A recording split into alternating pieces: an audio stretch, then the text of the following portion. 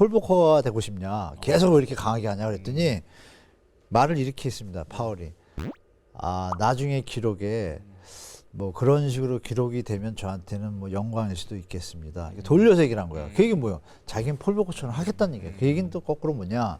물가가 잡히기 전까지는 금리를 함부로 인하하진 않겠다는 얘기예요.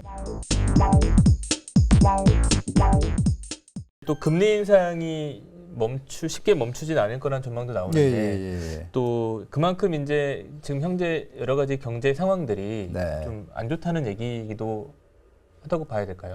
네. 지금 여러분들 뭐 경제 아시는 분은 아시겠지만 저도 경제를 좀 오랫동안 봤는데요. 네.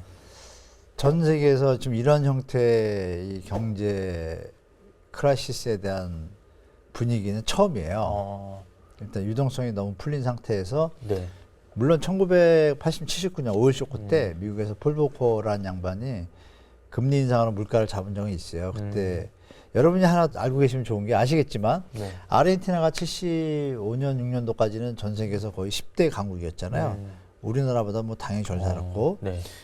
근데 76년도에 이제 군부가 정권을 잡고 나서 그 신자유 정책을 써요. 막 쓰고 또 독재도 있으니까 그 기억나시지만 그때 아르헨티나에서 월드컵이 열립니다. 열리는데 그것도 막 유치할 때 막 돈으로 뿌리고 군부니까 그런 비정상적이 되면서 물가가 오르기 시작을 해요. 네. 물가가 돈을 막 풀고 그러니까 막 뻥뻥 물가가 오르니 그 뒤로 딱 4, 5년 뒤에 망하기 시작합니다. 지금도 물가가 작년에 100%가 올랐을 거예요. 그러니까 계속 경제가 망가지는 거예요. 결론은 뭐예요? 물가를 못 잡으면 신뢰도가 깨져가지고 정부의 중앙은행의 정책이 그러니까 돈은 중앙은행이 만드는데 못 믿으면 어떻게 돼요? 다 물건을 사재기 한다든지 그러면 사재기 하면 뭐가 돼? 물가가 오르잖아요. 네. 그런 상황이 아르헨티나가 그때부터 그게 고착화돼가지고 계속 돼가지고 지금까지 못 살아나고 있잖아요. 그러니까 부자는 더 부자고 뭐 이런 식인데 그런 것처럼 미국도 이미 옛날에 그런 경험이 있기 때문에 요번에 이제 파월 장관이 계속 뭐 얘기하고 시장에서는 놓쳤다, 뭐 시기를 놓쳤다, 왜 갑자기 많이 올리냐, 시장에서 많은 반대가 있음에도 불구하고 제가 볼 때 작년 회의 그 브리핑 때 네. 어느 거기 상원 하원이죠. 상원의원이 이런 얘기를 했대요. 아, 당신은 제2의 폴보커가 되길 원하냐, 불리기를 원하냐, 아니면 제2의 어반 존스라고 또 있어요. 그분은 이제 물가가 오를 때 잡힌 것 같다는 느낌이 올 때 금리를 내려본 거예요. 내리니까 이게 다시 물가가 튄 거예요. 다시 잡으려니까 또 튀고. 그러니까 난리가 난 거예요, 시장에. 네네. 그게 이제 어반 존스라는 양반이고 폴 보커는 그걸 보고 나서 이거 안 되겠다. 이게 사람 심리라는 게 경제 이론하고 다 해보니 확실히 잡아야겠다. 그래서 확실히 고통을 감수하면서 잡았거든요. 그 총 갖고 다녔잖아요. 그 재무부 장관인데. 아, 그렇구나. 왜냐면 암살 막 위험을 느껴서. 그거 네. 경제가 너무 어려워요. 금리를 막 올리면 지금처럼 힘들잖아요. 그러니까 경제 타격을 입은 사람들이 죽이겠다고 막 난리 피니까 그래도 나라를 위해서 나는 해야겠다. 그래야 뚝심이 있었네요. 그래가지고 10%대였던 금리를 18%인가로 올렸어요. 불과 1년 반 만에 2배를. 그랬는가 잡혔어요. 2년 동안 고생하고 그 뒤로 10년 동안 풍요로운 세상을 맞이하죠. 안정이 되니까. 네. 그걸 이제 폴 보커는 봤는데 그 얘기를 물어본 거예요. 폴 보커가 되고 싶냐? 계속 왜 이렇게 강하게 하냐 그랬더니 말을 이렇게 했습니다. 파월이.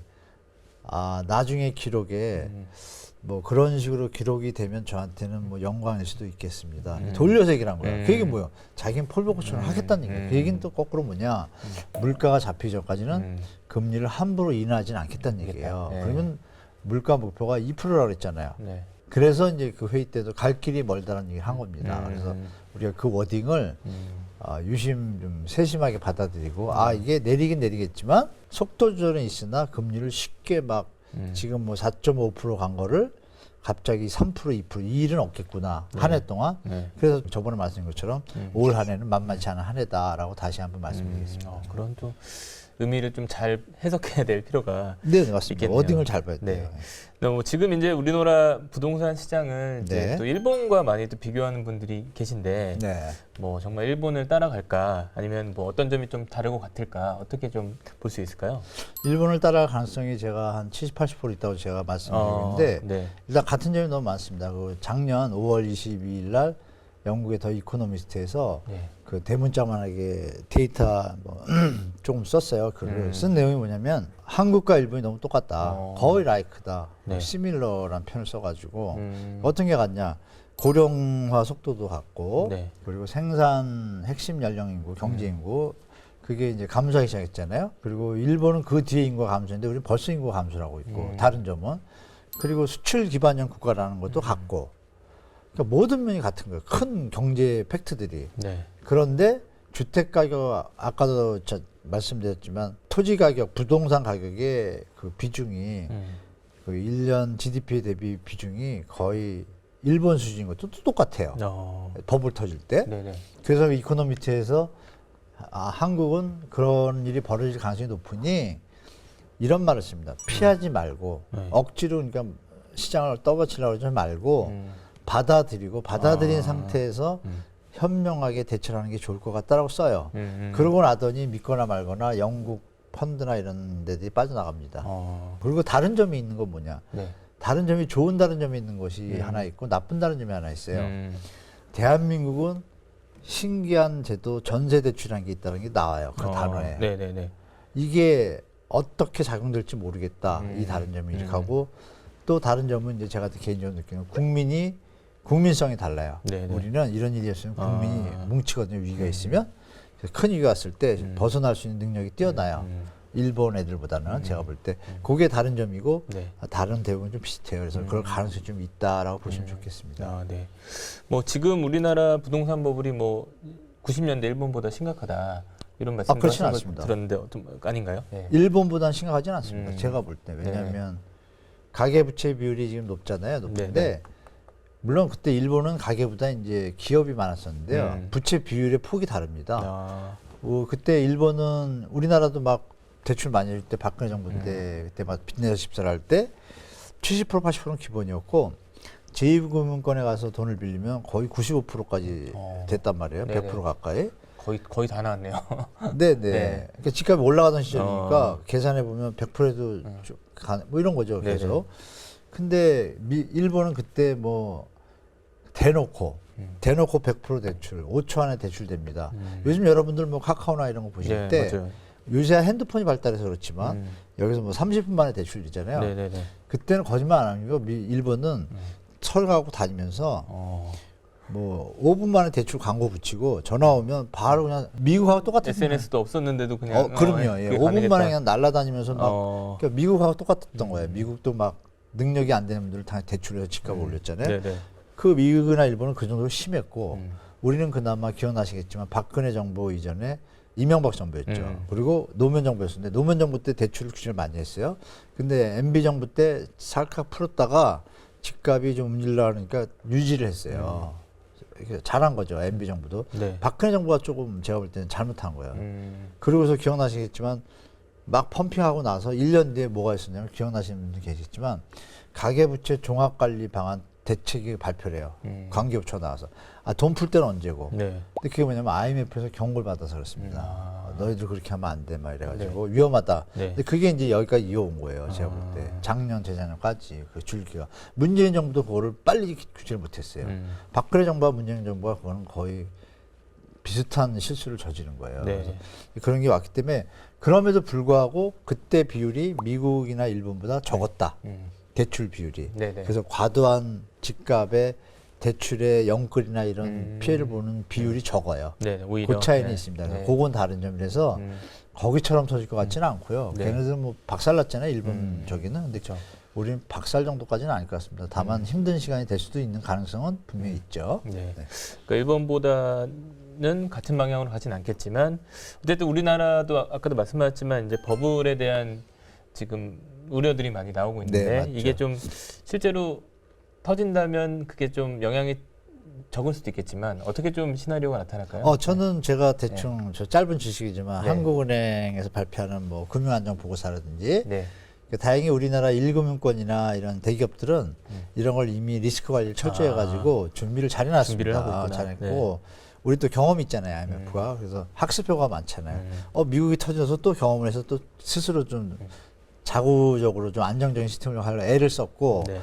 근데 이제 소형사들은 관리 대상이 또 아니에요. 그래서 그 부분들은 좀 터질 것 같은데 네. 그 비중이 뭐 일본이나 미국 수준은 전혀 아닙니다. 제가 계산해 보니까. 그래서 네. 아, 위기는 있겠으나 미국이나 일본처럼 뭐 나라가 정말 흔들릴 정도 이런 수준은 아닌 것 같고요. 다만 충격은 분명히 있다. 있는데 네. 감내할 능력도 우리가 있다. 음. 근데 충격이 있으면 당연히 피해를 보는 분 나오잖아요. 그거는 우리가 마음의 준비를 해야겠다라고 좀 말씀드릴게요. 예, 어쨌든 고통은 따르겠지만 어쨌든 네. 회복될 수 있는 우리가 좀 힘을 체력이 가지고 있다. 강해요. 네. 비교적. 이 미분양 공포가 좀 사라지려면 부동산 경기도 좀 살아나야 될 텐데 언제쯤 네. 이 미분양도 좀 해소될 수 있는 그런 시점이 좀 올까요? 네. 저는 좀 길게 보고 있습니다. 미분양 공포가 사라진 거 올해는 뭐 기대할 수 없고요. 제가 볼 때. 물론 이런 경우는 있겠죠. 미국의 물가가 거짓말같이 2%가 잡혔다. 라면 네. 바로 해방될 수 있습니다. 한 6개월, 1년 뒤에 해방되는데 그 얘기는 뭐냐면 이게 그것도 불가능한 게 미국의 물가가 2%가 잡혀도 그 역사적으로 한 6개월에서 1년 정도 그 금리 올린 상태를 그냥 유지해서 고찰합니다. 그래서 네. 완전하게 이 2%가 6개월 이상 간다. 아, 이러면 안전적이다. 근데 그때는 인하하거든요. 그러니까 6개월, 1년 텀을 보면 그러니까 상황이 아주 좋아졌다고 가정하면 내년 올해 말고요. 내년 2024년 상반기 말쯤부터 살아날 수 있고 상황이 좋아지면 네네. 상황이 안 좋아졌다 그러면 이 현상은 한 3년 갈 것 같습니다. 제가 볼 때. 네네. 그러면 이제 현장들이 저렴하게 분양하기 시작하고 이럴 때 다시 이제 소비자가 붙는 게 한 3년 봅니다. 개인적으로. 그러니까 이제 빠르면 뭐 긍정적으로 보면 내년도 가능하지만 네, 가능하죠. 네, 예. 근데 지금 상황에 봤을 때는 좀 한 3년까지는 좀 길게 좀 봐야 되는 게 네, 전체적으로 그렇겠네요. 단 네. 전제는 입지가 좋은 구도심 있잖아요. 네. 광역시 구도심이라든지 서울의 구도심 이런 데들은 분양가만 좀 조절한다라면 미분양 공포는 없을 것 같습니다. 제가 볼 때. 대기 수요는 있으니까.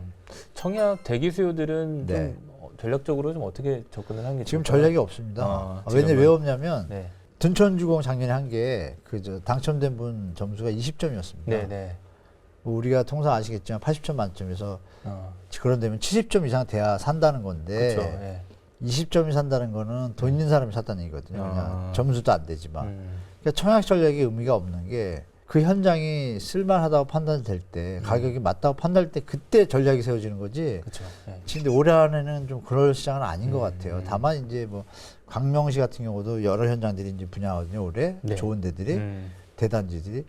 근데 거기 위치도 좋고 뭐 바로 서울이죠. 거기는 지금 몇 단지가 계속 하는데 단지 수도 커요. 근데 첫 현장이 어떻게 결과가 나냐에 따라서 다음 현장들에 대해서 청약 그쵸. 전략을 네. 그때 세우시는 거예요. 처음에는 세울 의미가 없는 게 말씀드린 대로 작년에 정해졌던 사업대로 분양가를 그대로 갈 가능성이 높거든요. 네.